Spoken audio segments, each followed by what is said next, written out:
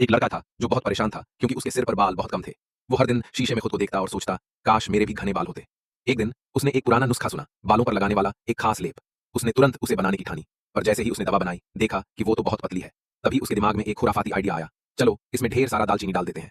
उसने एक बड़ा सा कटोरा उठाया और भर दिया दालचीनी से। फिर उसने उसे अच्छे से मिलाया और बालों पर लगाकर सोचने लगा, अब तो कमाल हो जाएगा। लेकिन कमाल अगले दिन हुआ, जो किसी ने सोचा भी नहीं था। अगली सुबह उसकी गर्लफ्रेंड ने कुछ अजीब देखा। उसने ब्रश उठाया और बालों को ध्यान से देखने लगी। वो हैरान रह गई क्योंकि बाल जड़ से उग रहे थे और बहुत तेजी से। वो चौंक पड़ी, ये तो आम बाल नहीं थे।